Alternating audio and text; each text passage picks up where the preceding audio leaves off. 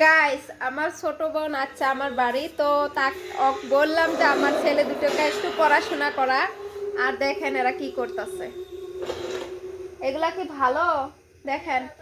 আরো ফিরির সাথে সাথে মোবাইল দিয়ে একটু কম শোনা যায় জন্য এই যে এই দেখেন ডেক চালু করছে ছোট্ট মিনি বক্স গুলা যেগুলা আছে কি আর বলবো আমাদের এখানে না এই যে এরকমই মানে এই জন্যই তো বলি যে এই যে ওর মাসি আসলে শুধু মাসি মাসি মাসি আমাকে কিচ্ছু মানে করতে লাগে না সব কাম কাজ খাওয়া দাওয়া সবকিছু করে কিন্তু এই যে কারণটা এটাই এখন বুঝলাম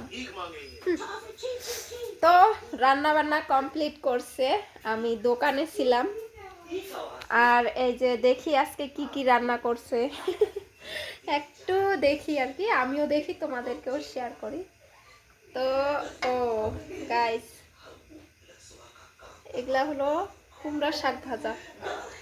এই রাত্রে বেলা কি কেউ শাক খায় বলেন তো তো মাংসের সবজি আছে আর শাক বানাইছে তো রাত্রে বেলা একদমই শাক কিন্তু খেতে নেই কারণ শাকটা আমাদের